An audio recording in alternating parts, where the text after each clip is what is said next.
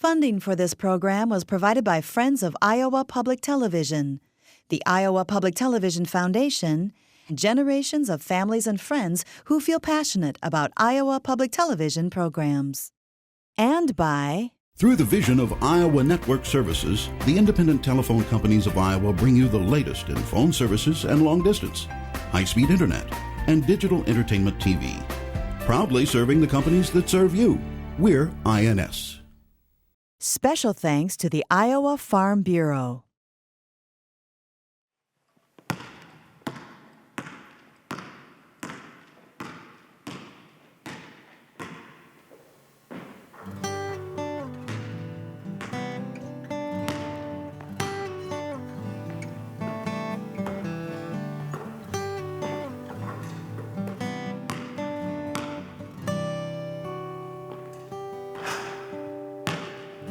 Pull my collar up against the wind, finding shelter in an empty gym.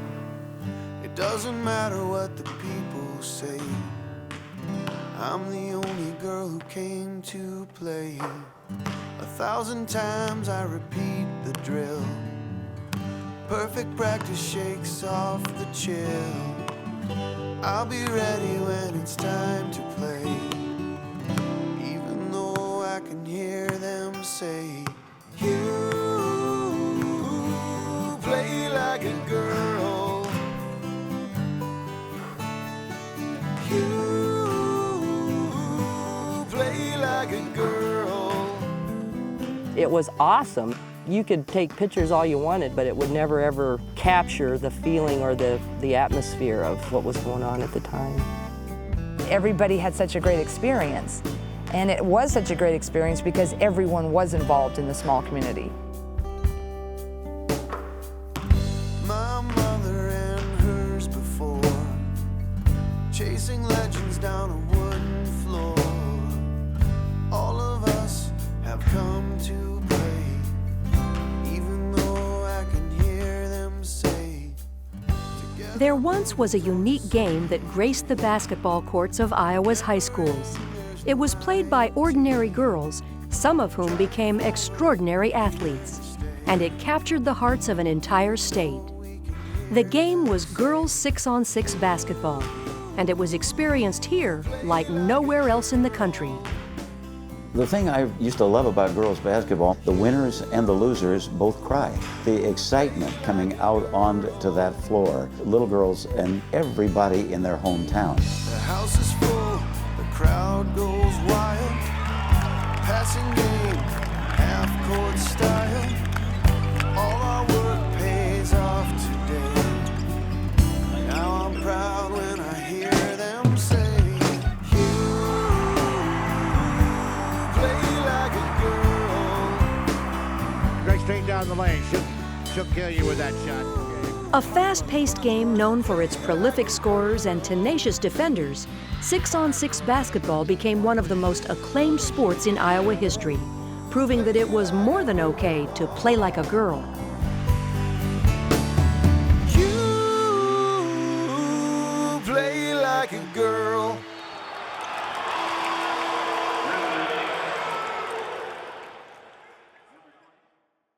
Iowa had something so unique in American sports. 6-on-6 basketball in Iowa was about like American Gothic in a portrait.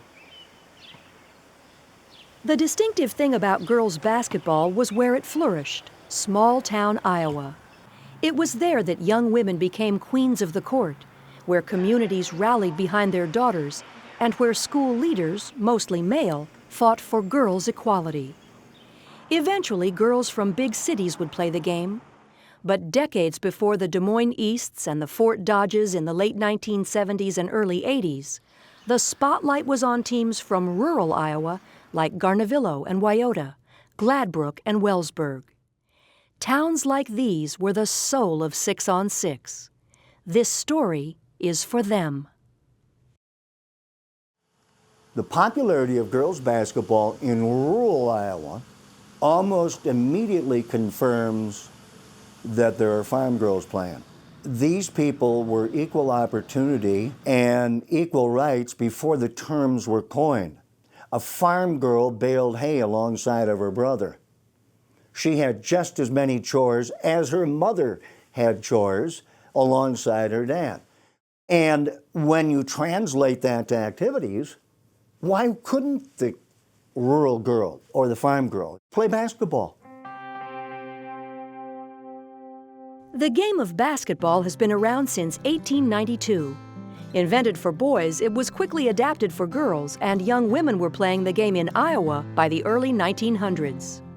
Rules evolved, and in 1934, girls started playing a two-court, 6-on-6 game that put 3 forwards and 3 guards on each side of a center line they weren't allowed to cross.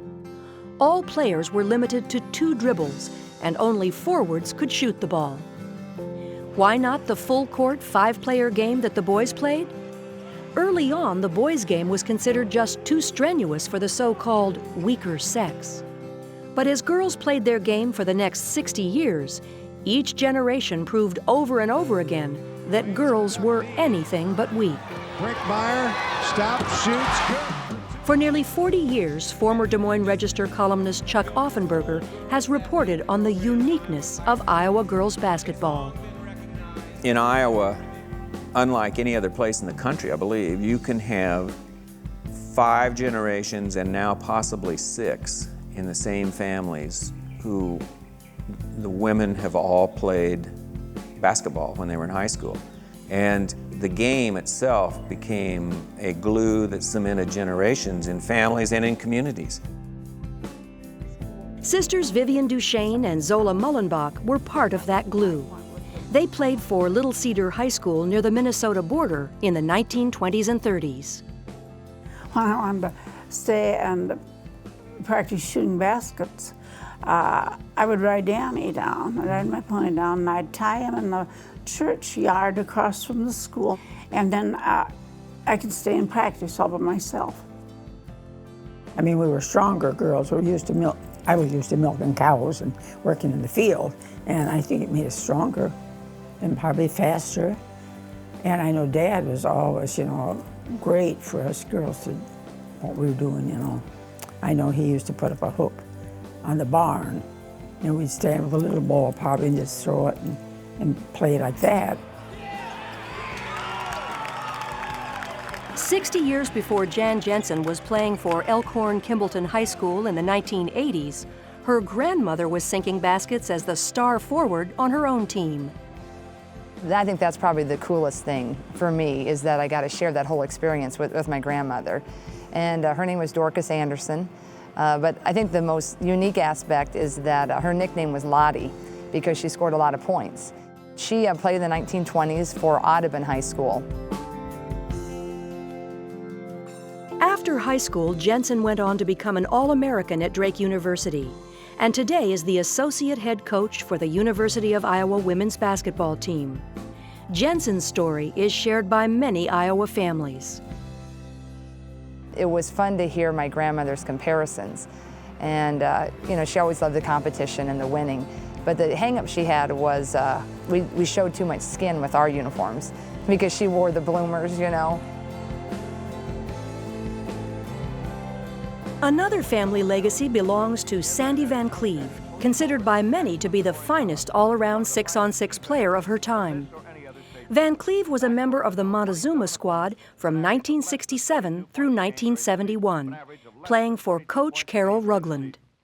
During her high school career, the team won a record 89 straight games and back-to-back state titles. Ironically, when Van Cleve was in grade school, Montezuma had considered dropping the girls' team altogether. Her mother, Mavis, who had played basketball for Gibson High School in the 1930s, wanted her youngest daughter to have the same opportunity. She went to the meeting, and when she was there, the superintendent of the school said, "Mavis, what are you doing here? You have 2 cheerleaders." And she goes, "Well, I hope someday to have a basketball player, because that's what, I enjoyed it, and I hope that Sandy will get to play." So I think she saved it. I feel like she maybe did. They kept it going anyway. 40-some years before Mavis Van Cleve saved girls' basketball in Montezuma, there was a battle brewing that would have an impact on athletic opportunities for young women in Iowa for years to come. In 1925, a national movement argued that sports were harmful to young women, and the Iowa High School Athletic Association listened. When this movement threatened girls' basketball, a group of school administrators, all men, mostly from small schools, stood up for the Iowa girl. They broke away from the Boys Association and formed the Iowa Girls High School Athletic Union, the first and only organization of its kind in the nation. E. Wayne Cooley was executive secretary of the Iowa Girls High School Athletic Union for nearly 50 years. She deserved her own singular identity, not as a second cousin to the boy. She deserved an identity that was all her own and nobody else. After the organization of the Iowa Girls High School Athletic Union, 6-on-6 grew stronger and stronger in rural areas, but essentially disappeared from urban schools until the late 1960s and early 70s. By the 1940s, more than 70% of the teams fielded in the state were from schools with enrollments of fewer than 100 students. Small towns identified with their girls' basketball teams, and parents and business leaders alike took pride in their achievements. I just think the rural communities really embraced it because it was wholesome and it was a family affair and it was unique. There was just a sense of it was our team. They were our girls, and it was a thing of pride to be one. It was a thing of pride to cheer for one. While the goal of every squad was to play in the state tournament in Des Moines, most teams never got there. Even so, their basketball seasons supplied plenty of hometown glory, as communities would fill their gyms every Tuesday and Friday night to cheer on their girls. Dean Rowe coached 6-on-6 basketball in southwest Iowa for 45 years. We always had good crowds because parents usually, and grandparents, they'll make sure they go see their granddaughters, or daughters or granddaughters play. And there was always a crowd at the games. It was a highlight of most Iowa small schools. Packed. It would be packed with people. Yeah. Everybody came early to make sure they got a seat. And one thing you will notice too in our pictures is our parents, fans, etc. The ladies had hats on, and the men generally were in suits and shirts and ties. You don't see that as a rule now. Well, we got ready actually the night before because we had to have our uniforms ready and our shoes all ready to go, and mentally to get ready for the game. And we had to be home at 10 o'clock because the coach would call and see if we were home in bed. Mom and Dad they were there at all of our games. But after the games, we'd come home. Dad would flip on the radio, and it was WMT Sports Scores. And Mom would get the frying pan out and make some grilled cheese sandwiches. And everybody would have your grilled cheese sandwich and sit and talk about what was good with the game, what was bad with the game. You know, maybe some games you didn't want to talk about them, but you sat and talked about them and you know, what was good and what was bad and what needed to be changed or what we need to do the same next time. It was fun. Was that after you won? Mm-hmm. Is that Mary? All of the Lorenzen women have played basketball. Lynn, the youngest, was a star forward in the mid-1980s when the farm crisis was at its peak. Home games were a place of refuge for families struggling with the harsh realities of rural life. There was a lot going on with farming here and depression with the money and the economy falling out, and it was hard. It was hard, and it's family, gathering around family, and you saw that in the gym. They would come, and Friday night, Tuesday night, that's where everyone came to the game. You know, there was something to do. And you know, you could leave your worries and troubles behind at the door.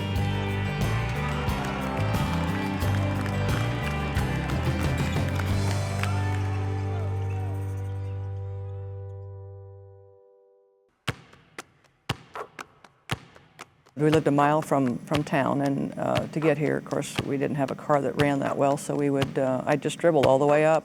That's what I did. That's all I did was eat, breathe, and sleep basketball. We would have crowds of over 2,000 people And when the girls' game was over, we'd have maybe 50 people left in the stands for the boys' game.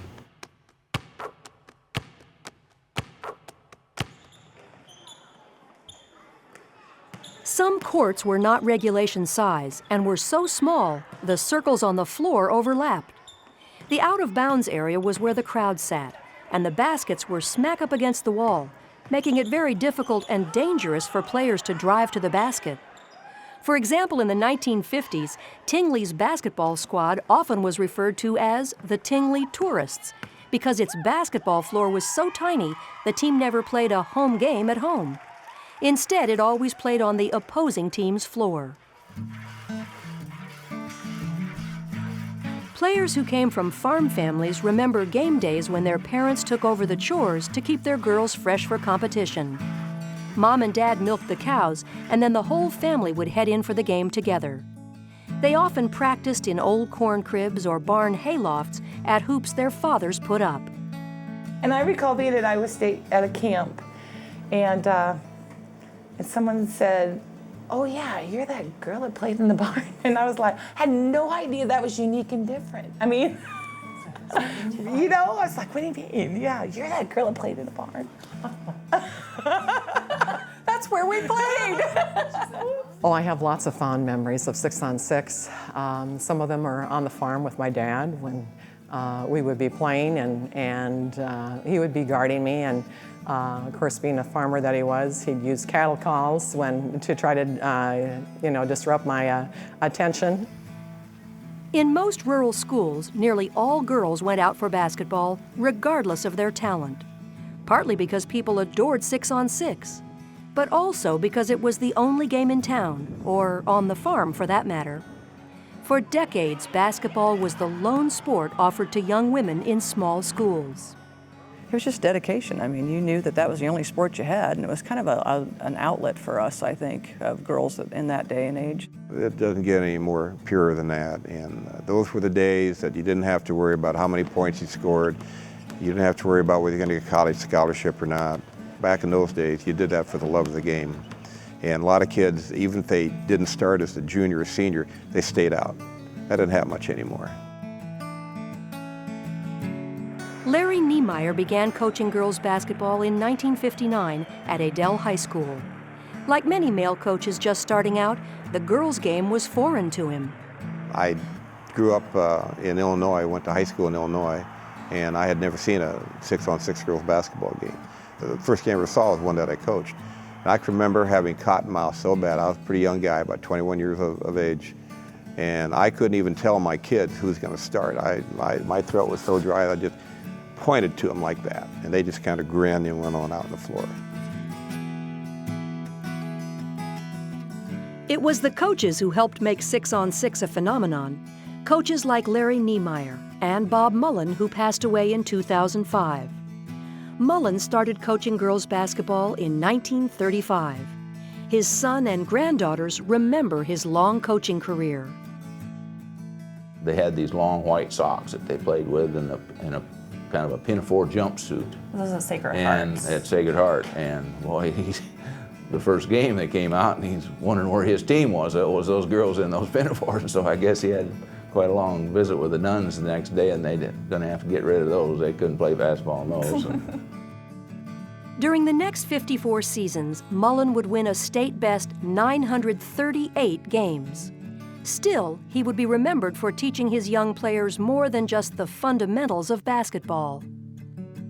We were just amazed at the funeral, all the girls who came back to pay their respects from, I think, the 50s. There was a team from the 1950s that came, and we have some pictures of them lined up. There was one lady came all the way from Collins that played on his teams back in the 30s, one of his first teams that had come over to. And they were looking through the scrapbooks, reminiscing. It was so cute. And it was emotional. There was probably 5 or 6 teams through the years, from that early team from the 30s all the way up to a Central City team in the 90s, which was his most recent team. And every girl said the same thing. You know, gosh, he taught me about life.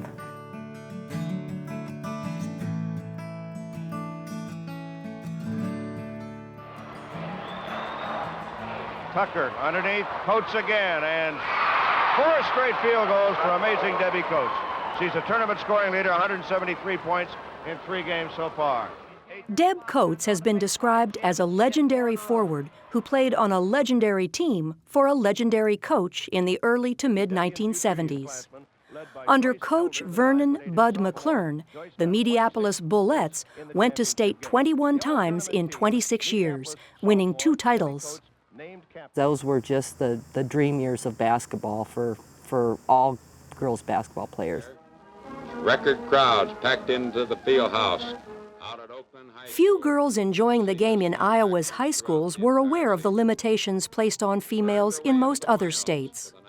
As an example, in 1945, the National Federation of State High School Athletic Associations, which managed boys' athletics in 39 states, discouraged girls' interscholastic basketball. The handbook declared, "It is doubtful whether the skills or mental characteristics which result from engaging in strenuous, widely publicized contests is conducive to the development of those characteristics which are associated with cultured womanhood." But as one looks through the yearbooks of the Iowa Girls High School Athletic Union, it becomes immediately apparent. These players were perfectly normal teenage girls. Photos show them as being as proud of their makeup and hairstyles as they were of their jump shots and scrappy shot blocking. There even were advertisements in the yearbooks that taught the young female athletes how to manicure their fingernails, among other grooming tips. In Iowa, few people questioned the ability of girls to play basketball while retaining their femininity. So, what made Iowa different? Why was girls' basketball so popular here when most other states turned their backs on it? One reason was E. Wayne Cooley. When Cooley became executive secretary of the Iowa Girls High School Athletic Union in 1954, he turned what was already a solid one-of-a-kind organization into a national leader. Well, Wayne Cooley was the best, and this state has every reason to be very proud of him and his accomplishments.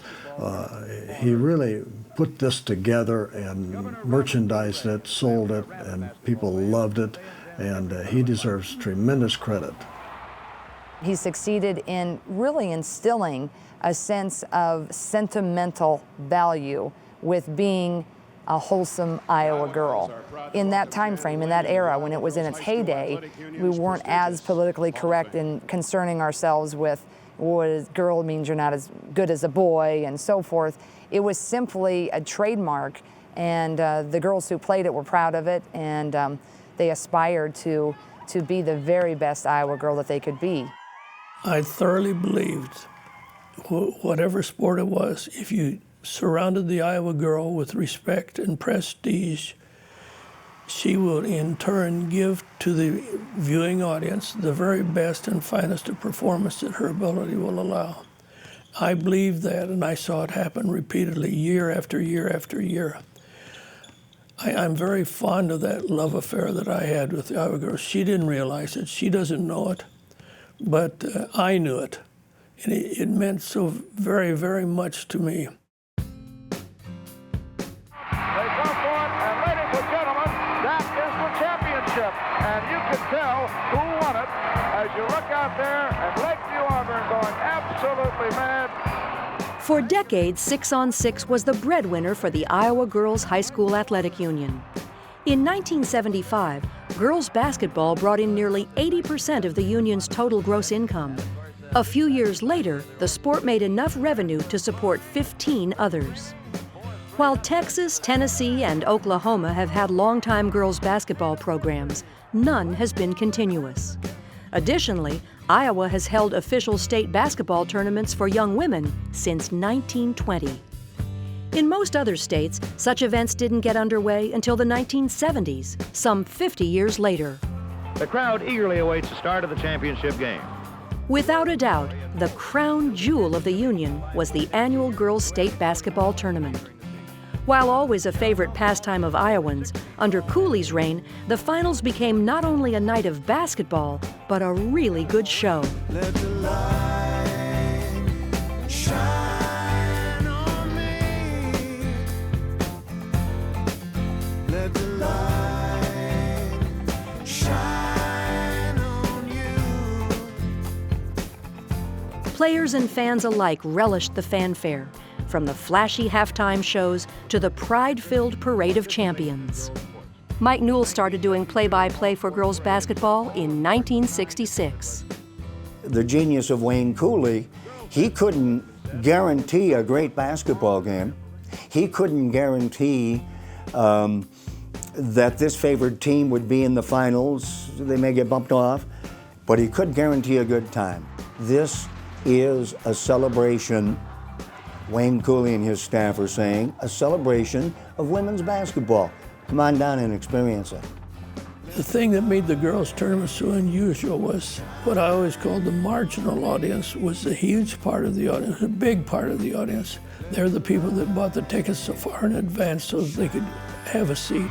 They didn't know who they were for and they didn't even care. They just wanted to be there. Out of several hundred teams statewide, just 16 made the trek to the state tournament in Des Moines. Before classification based on school size came along in the 1990s, there was only one championship game. If you won the state tournament, you were the top in all of Iowa. So that really made it special. You were the only light up there shining, and it wasn't for Class A or Class B or Class 1 or 2 or whatever, but you were the only one, and that really made it special too, because when you think of all the kids that are out there just, you know, working so hard and trying to get to where you got, and you're the ones that did it, it really feels good. For the record book, young Debbie Coates, only a sophomore, led her team in scoring with 48 points. Diane Tucker came in second. The all-tournament team, Indianapolis sophomore, named captain. Sarge Martinez also selected. For sportscaster Jim Zabel, girls 6-on-6 basketball was love at first broadcast. He started covering the state tournaments for WHO Radio in the late 1940s, when they were still being held at the Drake Fieldhouse. It wasn't that big. I mean, it wasn't as big as Veterans Auditorium was, which I guess would seat 13,000 at a maximum. Out there, I think you had maybe 4,000 or 5,000, something like that, and they were lined up around the edge, and they were crammed in there from all different angles. And as I said, when I broadcast, I sat on top of a box and I fell off it. A couple of times I got so excited we'd be on the rim up there looking down at the floor. So it was packed right to the gills. You had the cheerleaders, you had the fanfare, you had those high, shrill voices of those young girls screaming and hollering, and I loved it. It was great. The week in Des Moines for the state tournament was packed with festivities in honor of the young female athletes. At the top of the list was the elaborate tournament breakfast, including the coronation of the basketball queen. Over 50 years ago, Franklin Consolidated made back-to-back appearances in the state tournament in 1952 and 1953. We were treated like queens. Yeah. We stayed in hotel downtown and Savory, and they would take us back and forth we played at Drake at that time. It was before the auditorium was, and they would take us back and forth in cabs is how we rode. It usually meant staying down there all week. Yes. In Des Moines. We lost that first round, we got to stay all week. So it was great. The spectators and stuff were just, there were so many there. My parents came to Des Moines, my grandparents, my aunts and uncles, and cousins. Everybody was so thrilled for us. And it was just a wonderful feeling. The businesses were all behind us, and we got telegrams and flowers, and we'd never been treated like that before. Another participant in the 1952 state tournament was Rhinebeck High School. Led by twins Francis and Francine Billerbeck, known as the Double Trouble Billerbecks, Rhinebeck won the state championship over Monona, a team with its own standout player in 6'4" post forward Norma Schulte. The first half, we just had one-on-one guarding. And then the second half, Norma was getting quite a few points and so forth. The second half, then our coach put a gal behind her and Francine, my twin sister, in front. So I think she was probably limited to, I don't want to say how many points, but it wasn't that many. And on the way home, we stopped at the small towns and people would greet us, and it was, well, it's just Iowa basketball.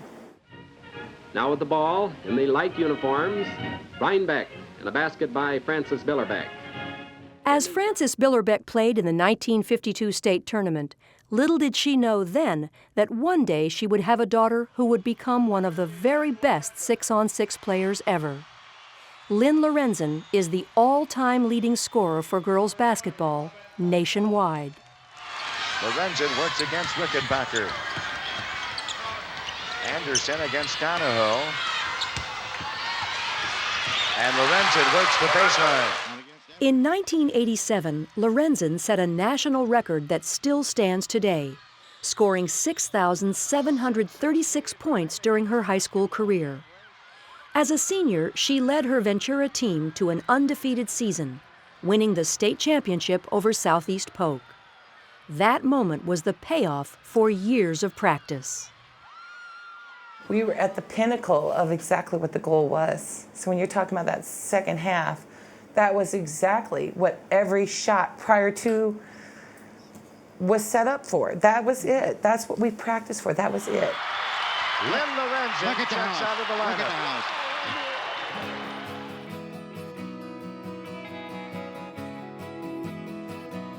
In 1955, the girls' basketball tournament moved to Veterans Memorial Auditorium, affectionately known as the Barn. When a school earned a spot at state, the whole community came along for the wild ride. The towns were empty during the week of competition. Afterwards, every team was treated to a homecoming fit for royalty, whether they won the championship or were eliminated in the first round. I witnessed the whole town came to Veterans Auditorium in Des Moines. It did, the whole town. Towns of 300, 400, 500 people. The entire town would be there. Oh, it was awesome. I mean, you know, the community here in Montezuma, they were just awesome people. I mean, they backed you 100%, and then they followed you to Vets Auditorium. And looking back through some of my scrapbooks here just a few days ago, it's just like you see the crowd. It's just, and it talks about in some of the articles, it's just the town is empty. You know, you could probably come here and rob the town because there's no one here. If somebody told you it was going to be like the reception like it was, if somebody's going to tell you that, you'd say no, no, no, no. So I can remember meeting the caravan of cars. And if there was one car, there was 201 cars. And police escort, you know, sheriff escort. And then when we got here, the gym was packed. It was packed, and there was a welcoming line, and the band played, and people gave speeches. And I can remember some feelings after some games, because we kind of had hard hits when we went to the tournament for a couple of years. You know, you felt like you were obligated to win, and you felt kind of that you didn't do your part. But yet when you came back, everyone was like, you know, no, it's okay, this was really cool. This was fun for everybody. The years that we went in Adel, they closed down the banks. I mean, Brenton Bank closed down. Now, the people in Des Moines that owned Brenton Bank couldn't care less about Adel girls basketball, but they closed down. And I mean, it's just wonderful. I mean, it's kind of a social thing. And I can remember some of the good years in Adel that some of the kids would send us every time we'd qualify for the state tournament. The second graders, the third graders, the fourth graders, they'd send little love notes to our players. And I still have some of those.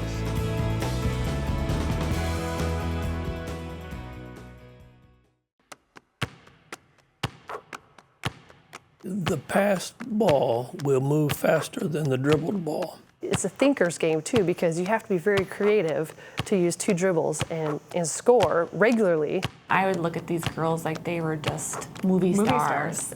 Sometimes you don't know really what you should be feeling when you're 15, 16 years old.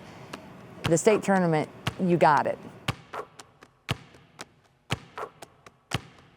Among the multitude of highlights from state tournaments, a few will be etched in fans' minds for years to come.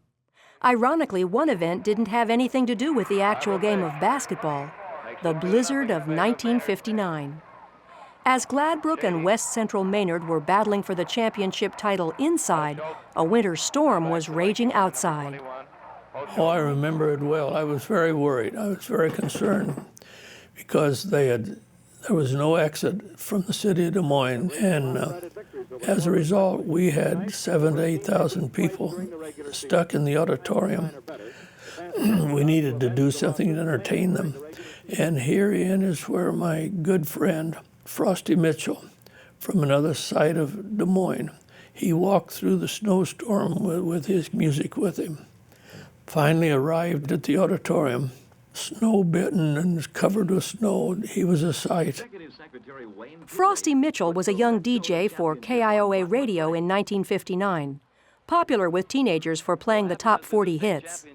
He would remain a familiar voice and face at the girls' state basketball tournaments for years to come.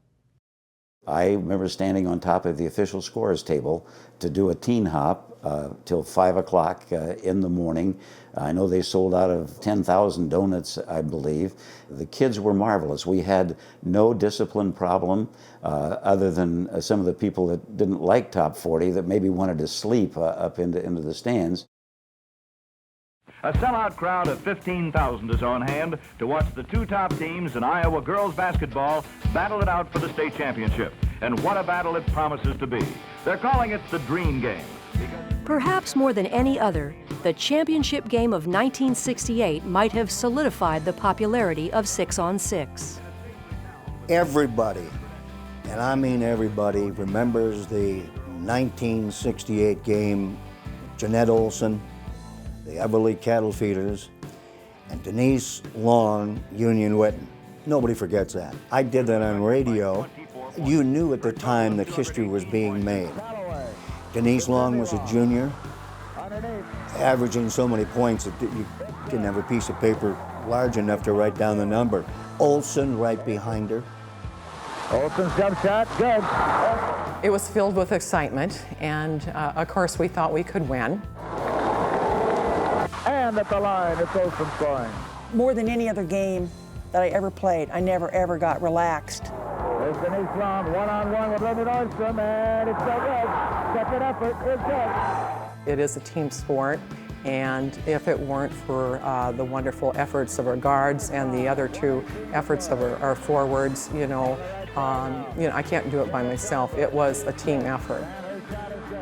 While Denise Long was the state's leading scorer, it was her teammate and cousin, Cindy Long, who decided the game.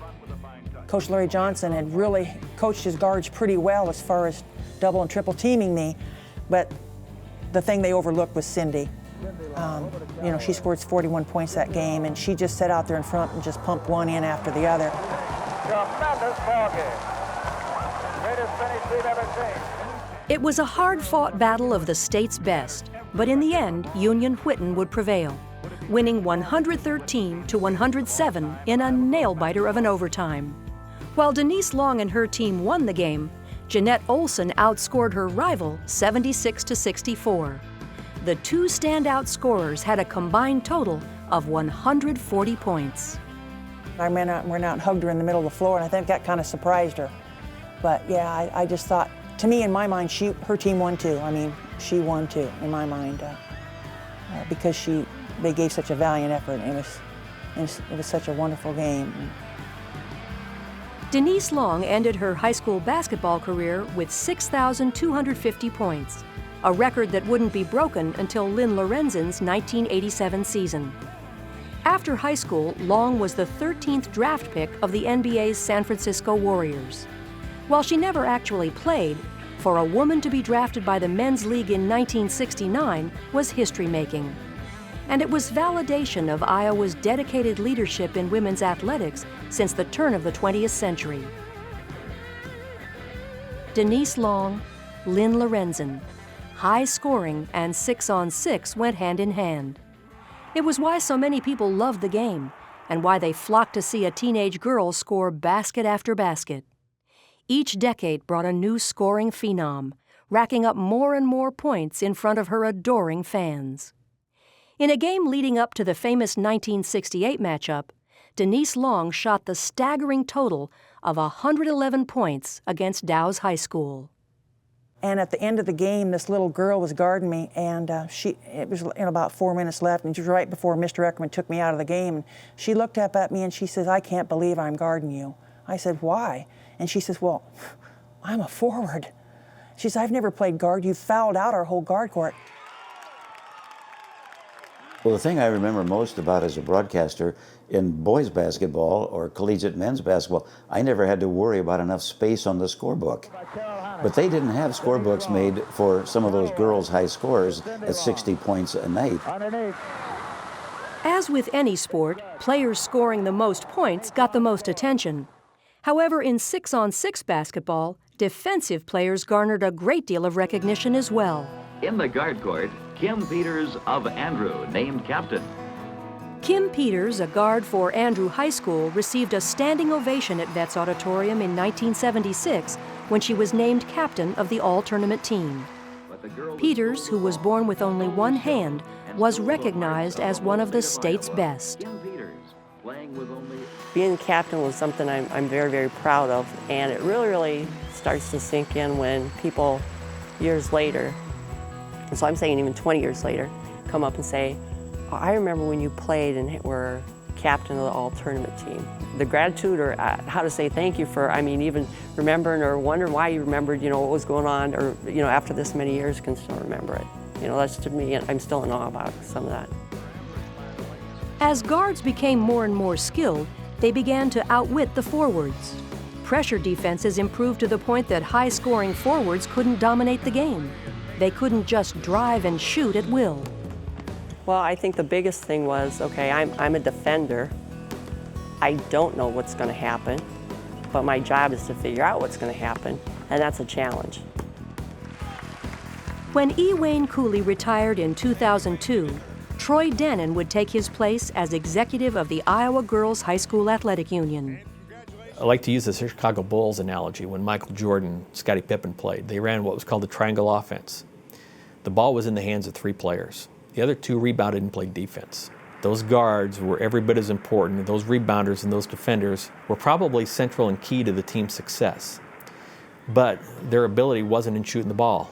College coaches would love today to have players as talented defensively as the 6-player guards were. The popularity of 6-on-6 was aided by the Des Moines Register and the Des Moines Tribune. Practically from the birth of the girls' game, reporter Jack North promoted basketball. He established his own all-state selections and followed the careers of players with great enthusiasm. The late Jim Duncan Sr. was a longtime advocate and historian of girls' basketball. Most fans will remember him for his dramatic delivery of the Hall of Fame inductions at tournament finals.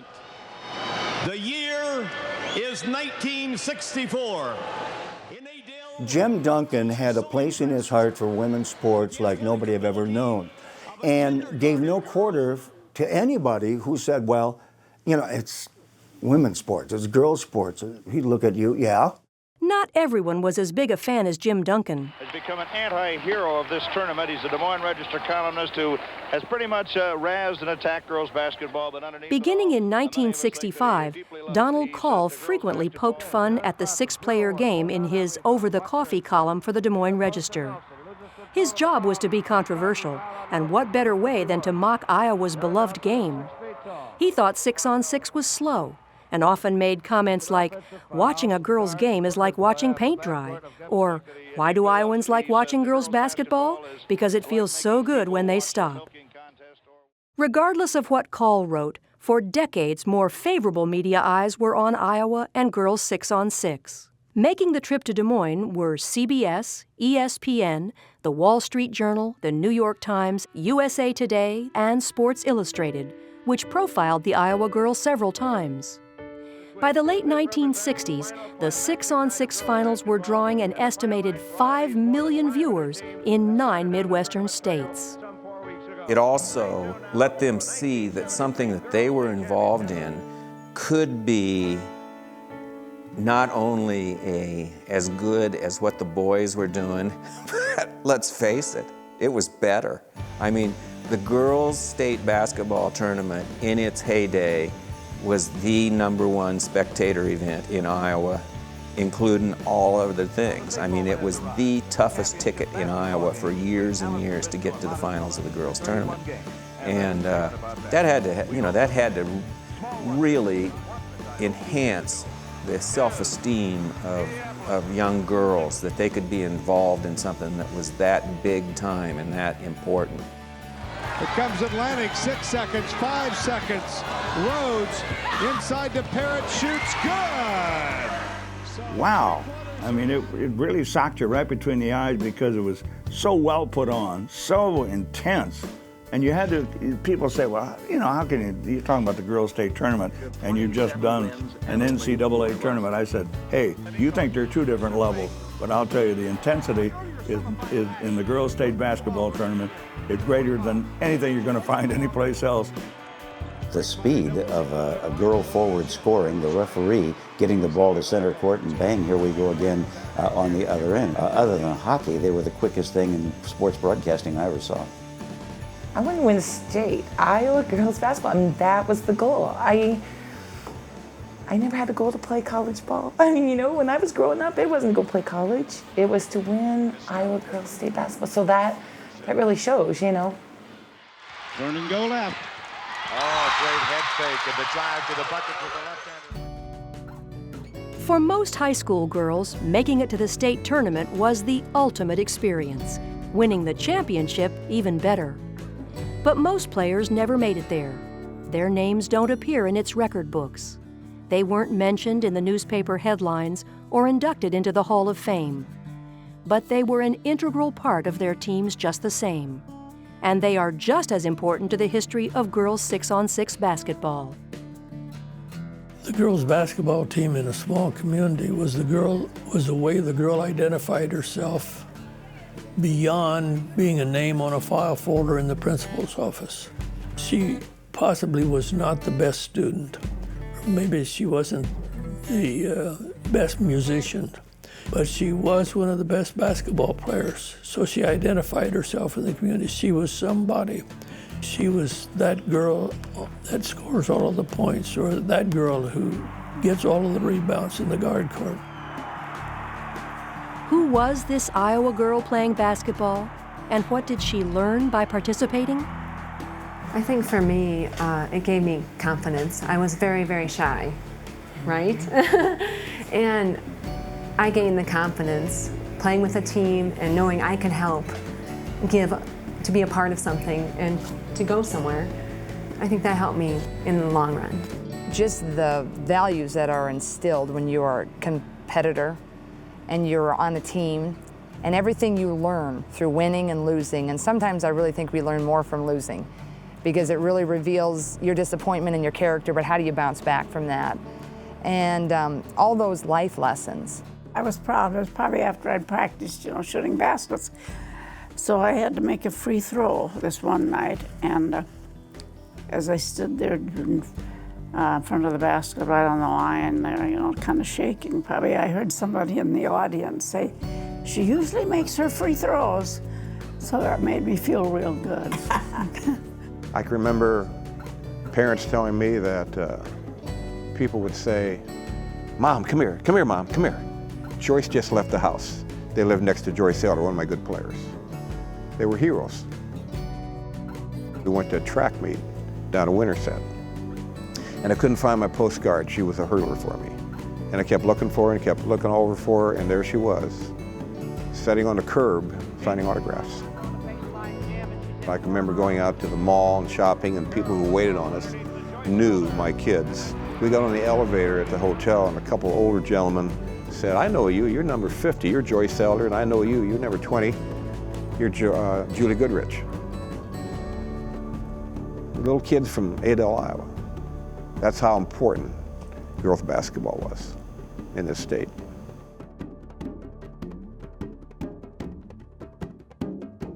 In the small schools, girls played on equal terms with boys.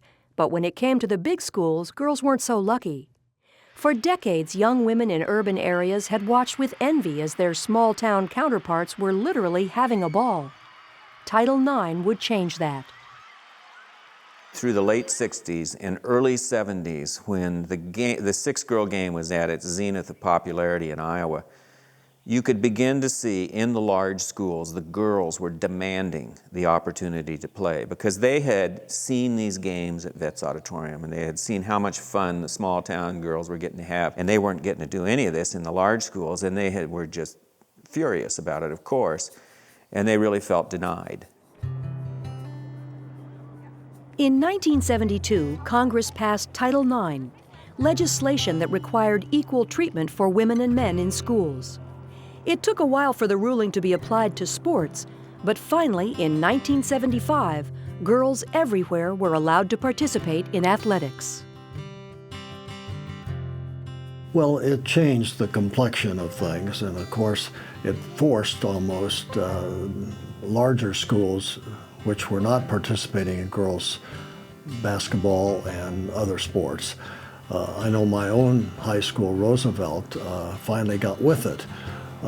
They just couldn't put it together before, but once Title IX was adopted, why, they had no choice. They had to do something to make sure that girls had equal and fair opportunities with boys. I looked at Mom and I was like, Title IX, what is that? And they were like, equality of women. And I'm like, I never knew there was an equality of women. Women were lifted up, young girls were lifted up, and we were lifted up in a way, it wasn't exploitation. We were lifted up to be role models for future young women, strong women. Ironically, Title IX would ultimately bring about the demise of 6-on-6 basketball in Iowa. In 1983, 3 high school girls filed a lawsuit against the Girls Athletic Union claiming 6-on-6 was not equal to the boys' 5-on-5 game. In what many consider an ingenious move, the Girls Athletic Union and its board of directors decided to offer both options, allowing schools to decide which game their female athletes would play. In 1985, the first 5-on-5 state championship was held, along with a separate tournament for the 6-player games. For a few seasons, 6-on-6 girls basketball continued strong, while the 5-player game was played to smaller crowds. Eventually, though, there began to be a shift. More schools were choosing 5-on-5 as girls felt their chances for playing college ball would be greater. Finally, in 1993, the Iowa Girls High School Athletic Union voted unanimously to end 6-on-6 once and for all. We did not make the change because of pressure from the media, not because of coaches, not from superintendents or principals of high schools, not because of the general public pressure. The pressure that we could not handle came from the girls themselves, the high school students that were playing basketball at that time. Girls playing 5-on-5 today love their basketball game, and few would want to return to the days when no sports were available for some girls, only one sport for others, and there were few post-high school opportunities. The crowd numbers, nothing will ever touch what we did in the great days of 6-player basketball. The crowd numbers are still good there, and crowd numbers that I think 48 or 49 other states would appreciate the opportunity to have. Still, for several generations of Iowa girls and their families and fans who lived and loved 6-on-6 basketball, there is much nostalgia. The memory of 6-player basketball is, this is an opportunity that we had 70 years before the Congress of the United States required other states offer the same opportunity to their girls. I thought I realized how important it was and unique it was until I went to college and I played basketball with a lot of players from around the country, different states, and I would talk about my experience and they would just kind of look at me funny like I was crazy because they weren't treated the same way. Of course, it was always neat to make it to state wherever you go, but it was just different. They weren't, celebrities because of what they'd done. They were just another basketball player. Where in Iowa, an Iowa girl stands out, and they made sure of that.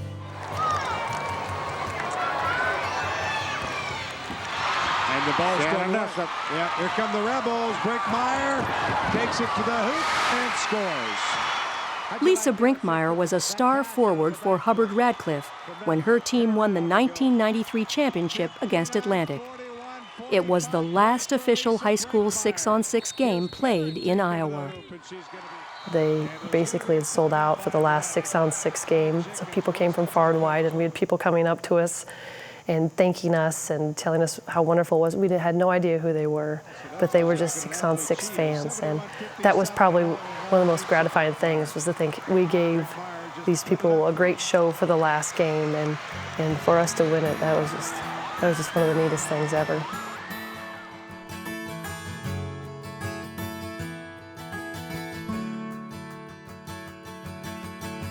And so, just like that, Iowa's beloved 6-on-6 basketball had come to an end. It was the end of an era that went largely unnoticed by urban dwellers and the rest of the nation. But rural Iowa noticed, small-town Iowa noticed, and thousands of Iowa women who had played the game as girls noticed. So goodbye, I won't go back. It really broke my heart because it was a special type of ball, and it was different than the guys. It was our own brand, our own style of basketball. And then the nation, I don't think, watches us as much. We jumped on the bandwagon, so to speak. We're not unique anymore. We're like everybody else.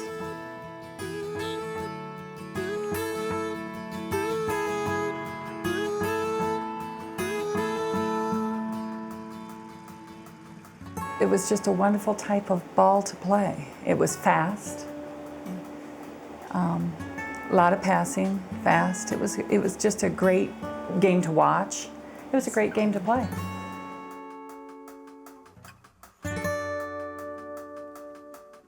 I just thought it was a wonderful, something Meredith Willson could have done a great musical about girls basketball. He could, you know, and because it was just that kind of a mid-century type atmosphere, American right down to the core. I won't go back. It was so huge for the state of Iowa because I think it showcased women, girls, and their athletic abilities.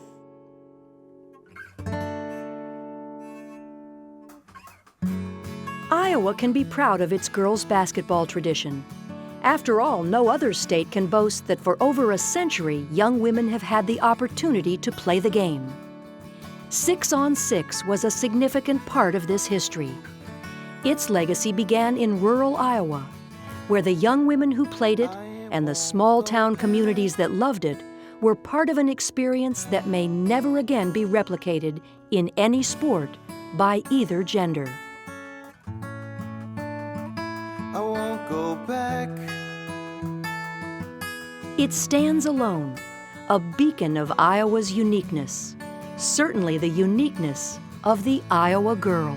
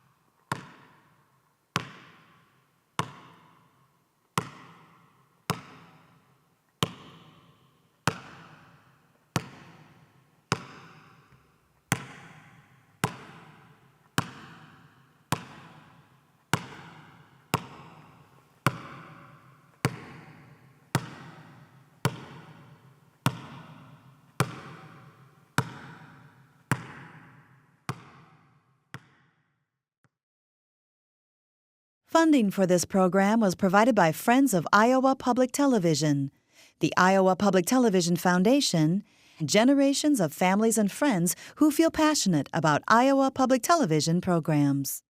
And by... Through the vision of Iowa Network Services, the independent telephone companies of Iowa bring you the latest in phone services and long distance, high-speed internet, and digital entertainment TV. proudly serving the companies that serve you. We're INS. Special thanks to the Iowa Farm Bureau.